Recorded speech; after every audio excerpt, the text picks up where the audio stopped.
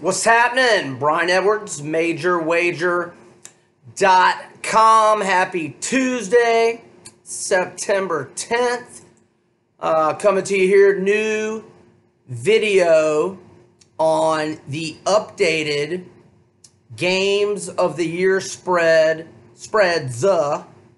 at the Westgate SuperBook in Las Vegas. Jay Cornegay, Jeff Sherman, and the crew sending those out yesterday. I was able to get a byline up on MajorWager earlier with plenty of analysis going over, what the lines were to open in mid-July from the Westgate and where they are now, and we'll cover a lot of ground on that right now. All right, so we look ahead to next week, week 4, which will get started on Thursday with Houston at Tulane.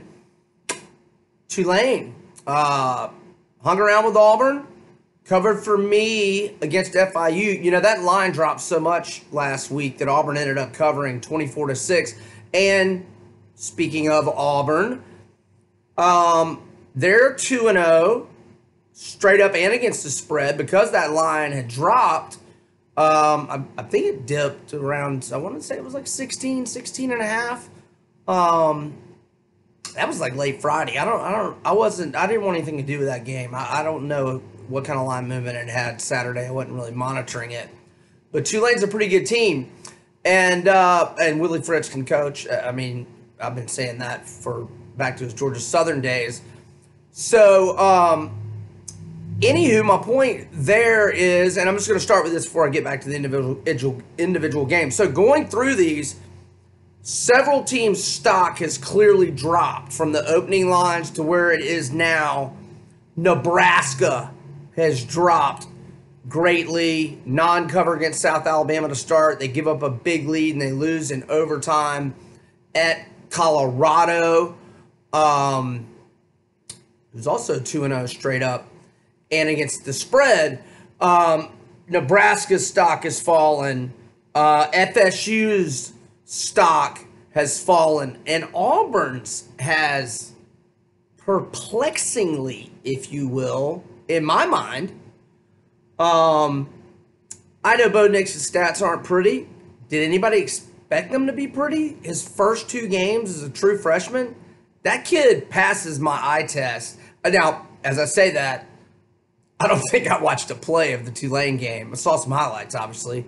Auburn, like I said all summer, and I haven't seen anything to.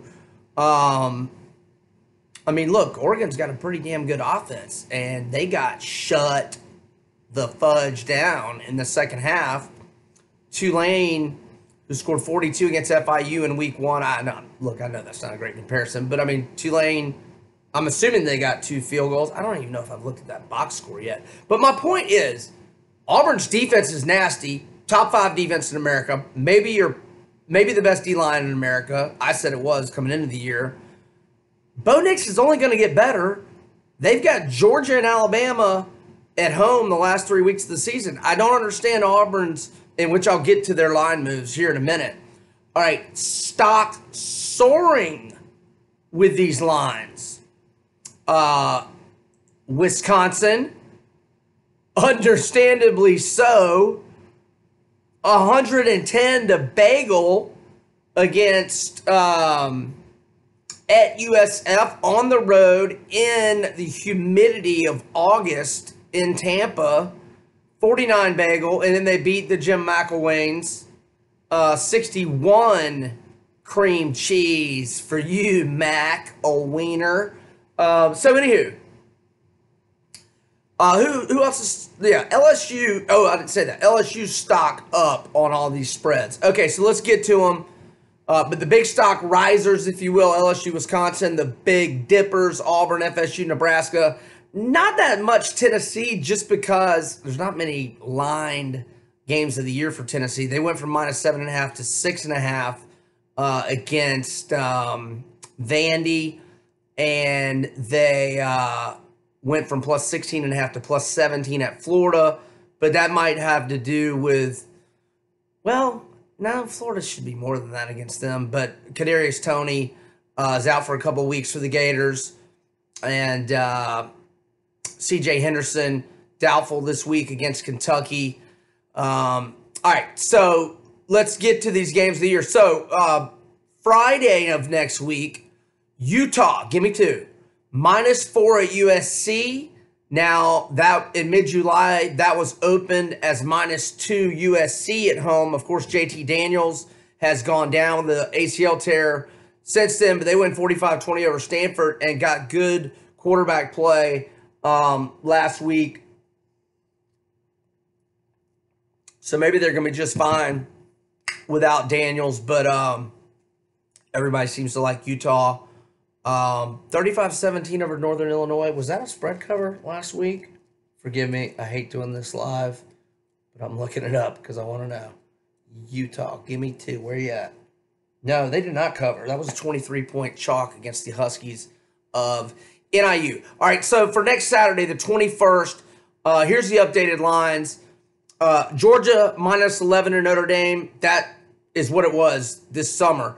This summer, I said my favorite games of the year, or favorite game of the year, when it came out, was Texas A&M -2.5 against Auburn. I've got a healthy size ticket on that. The reason I liked it, whether it was going to be Gatewood or Nix, presuming Nix gets out of the Kent State game healthy this week, it'll be Nix, or unless he's just grossly ineffective and Gatewood comes in and plays great in relief.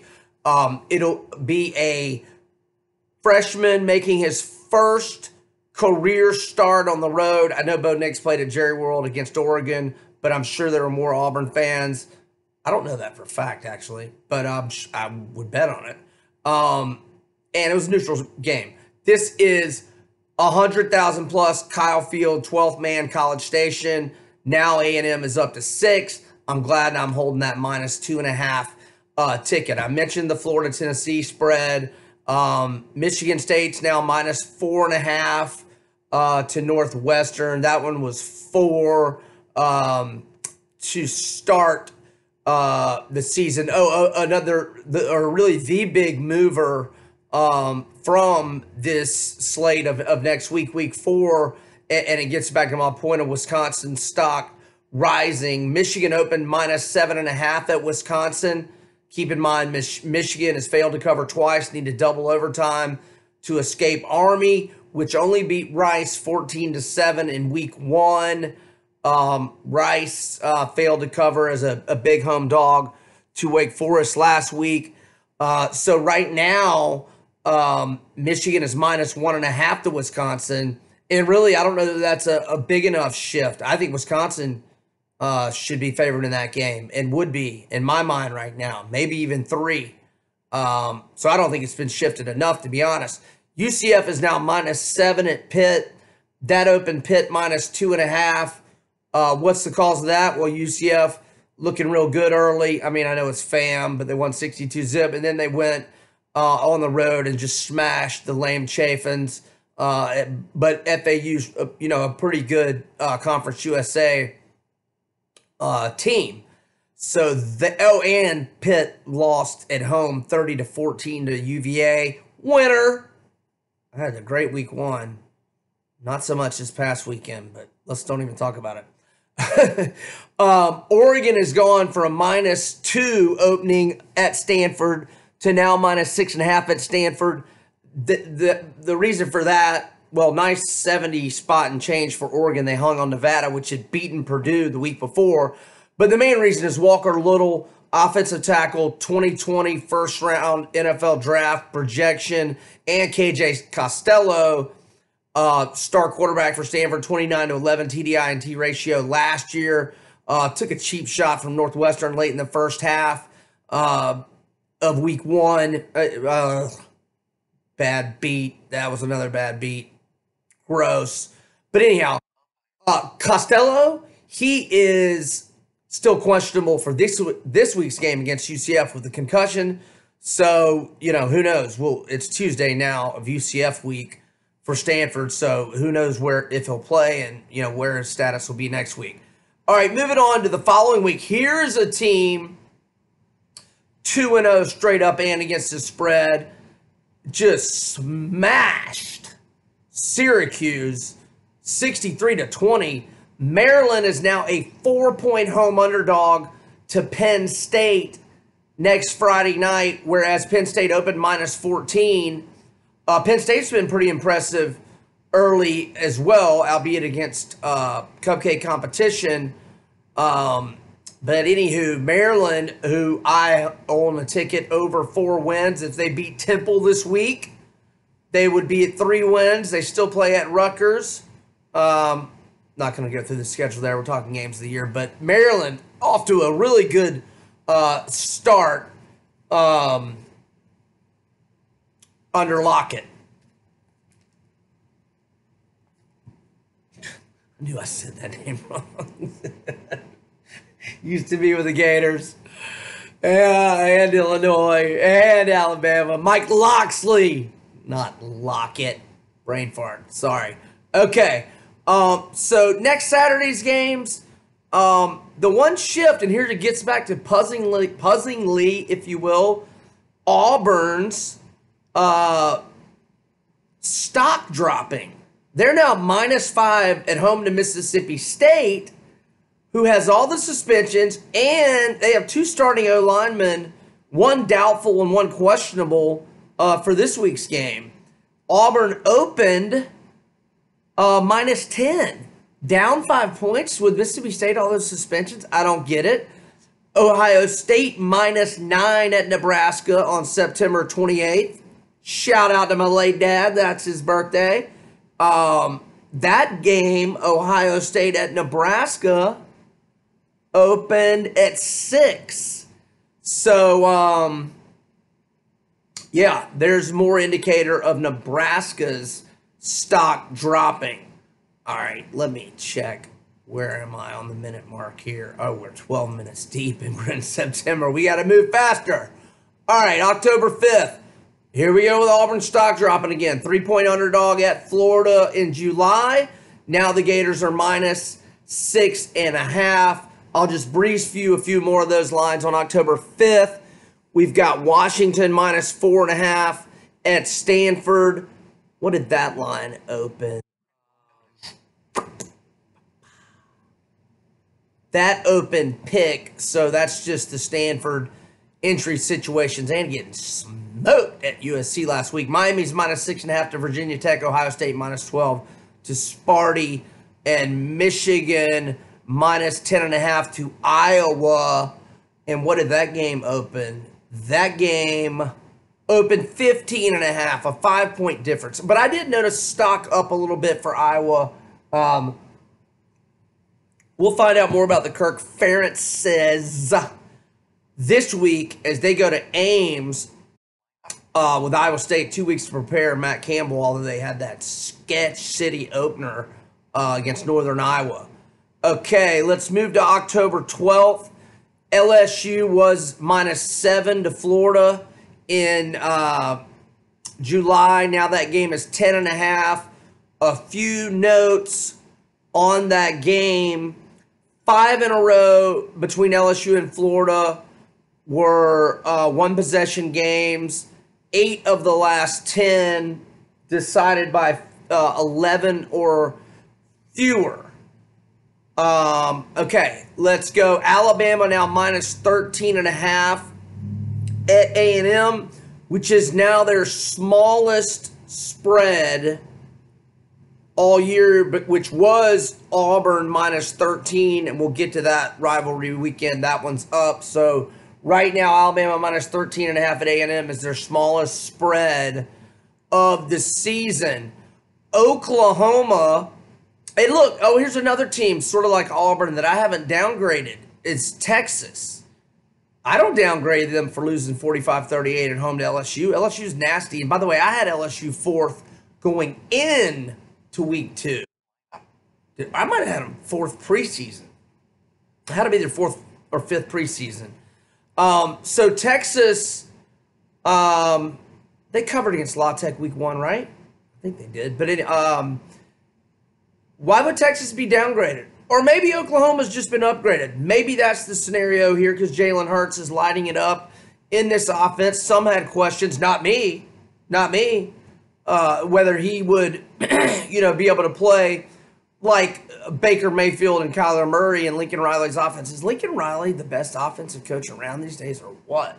But anyway, Oklahoma's -10 in the Red River rivalry game now. That was -3. Yeah, -3 in July.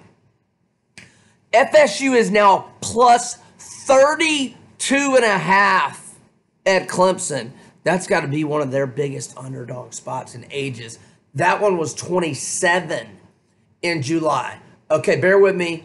I've got to go to page 2 of this Excel sheet for games of the year to get to the next set of games deeper into October. Boom. That's done. That's done on the openers. And now for the current ones. Boom. Now that is done. And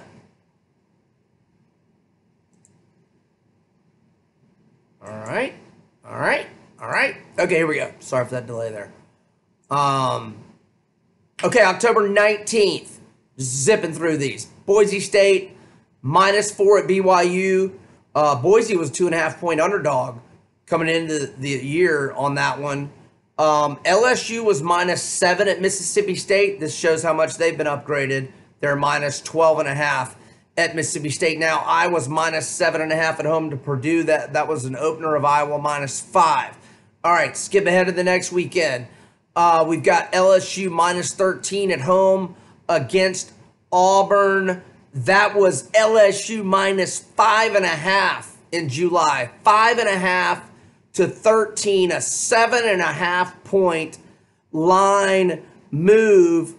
We'll note that, gosh, I wrote it in my story, which I'm trying to look at right now. I believe it was 16. Oh, here it is. The home team has won in the LSU-Auburn rivalry 16 of the last 19, but one of the 3 exceptions was last year when the Bayou Bengals won 22-21 on that walk-off field goal as a 10-point underdog. It's a revenge game for Auburn, +13 at LSU. A few more games, October 26th. Texas -1.5 at TCU. Michigan State -3 in East Lansing to Penn State. Michigan -6 to Notre Dame. Michigan was 7 early in the year. July, obviously. That's what I'm referring to when I keep talking about openers. All right, Ohio State is now -9.5 at home to Wisconsin. They were 13.5. So there's a 4-point change based on Wisconsin's success. Florida, Georgia, November 2nd. Georgia still 7.5 in that one. Purdue hosting Nebraska. That's a pick'em. Nebraska was -4. Another indicator of the Cornhuskers stock dropping. Miami is now a 5-point favorite at FSU. FSU was a 3-point home favorite going in. So that is an 8-point swing. Reminder yet again. FSU, $18 million buyout for Willie. After this year, the Noles survived the ULM Warhawks. They rallied to force OT. FSU rallied, that is. Well, I think it was actually a couple of lead changes in the 4th. I think ULM might have hit the field goal to force overtime at the end. But anyhow, FSU scores on the opening possession of the first extra session. ULM scores, and I was over at a buddy's to watch UFC pay-per-view and, a plethora of games with multiple TV. And he's got like an 85-inch main TV that is insane. He wouldn't even tell me how much it would cost. And he's got plenty of money. But where was I going with that? Oh, we didn't have ACC Network. I was wanting to see the end of ULM FSU, so I'm following it on my phone. And ULM scores, and I'm saying to myself and the 4 or 5 other people in the room, go for 2 here. Go for 2 here. Before I saw the update on my phone, I saw it on the ticker, which we had on Texas LSU. 45-44 FSU win. So I was like, oh, they did go for 2 and miss it. Found out later they didn't go for two. That scrub-ass kicker, whoever you are for ULM. Actually, I can look up his name. Won't take but a second. I mean, well, I can, whoever, if Phil Steele's mag correctly lists the starter, their starter didn't come back. I'm guessing it was Jared Porter. If not, it was Jacob Meeks, Craig Walker, or Devin Parker. One of you four is a scrub, missing the extra point to force double OT. Sheesh. All right, Oregon's -2.5 at USC. Again, still on the November 2nd games. All right, we got to jump ahead. We got to move forward and move faster. Oh, here's another. Alabama. Wait, I incorrectly said a minute ago that their shortest line was now at A&M. My bad. My bad. Give me a mulligan, please. Their shortest line is now -11.5. November 9th at home to LSU. Remember, LSU has not beaten Bama whatsoever since that game of the century, deplorably gross defensive struggle, which LSU won 9-6 in one overtime, maybe two, I forget. And they have not tasted victory against Bama since. They're 11.5-point dog now, but in the summer or July, they were, excuse me, they were 16. So that's moved 4.5 points. And now that is, I am correct this time in saying that's Alabama's smallest spread now. Wisconsin's now -7 at home to Iowa on November 9th. Wisconsin opened 5.5. Iowa's stock has gone up a little bit, clearly with the Westgate odds makers from viewing some of these adjustments. Okay, Georgia is now -11 at Auburn, November 16th. That opened -4. That's a 7-point line move. Auburn is 2-0 both straight up and against the spread. How are they being downgraded by 7 points in this game? And remember, Gus Malzahn 6-2 against the spread as a home underdog. Many of those outright wins. I did not count them. I can, but I'm not going to do it live. And he just beat Georgia at home 2 years ago. I would take Auburn +11 right there all day. I need to check my accounts to see if, I don't remember my accounts ever posting updated games of the year mid-season. Maybe I will send Kelly in Vegas proxy some cash to get on Auburn +11. Because that's a terrible line. I don't understand that. Anywho, Alabama -20.5 at Mississippi State. By the way, Tommy Stevens is questionable for Mississippi State as they have that return game hosting K-State. I wonder when the last time Mississippi State hosted a non-conference Power 5 team. It's been a long, long time. Okay. Michigan Sparty. Michigan -11 now. Wisconsin's -3.5 at Nebraska. And that line was Nebraska -5 in July. 8.5-point line move. All right, this video's gone a long time, and I need to make a UFC 242 rewind. So we're skipping ahead to rivalry weekend. I'm going to rip these off real quick. Egg Bowl, Thanksgiving night, Mississippi State -10 to Ole Miss. Mississippi State was -17 back in July. An injury note, which I'll get to it in my week 3 Nugget video later. I mean, Mike McIntyre, the DC Colorado, from old head coach at Colorado with Ole Miss. Now, what an incredible job he's done. This defense was giving up 36.2 points per game last year, one of the worst SEC defenses I can remember in many, many moons.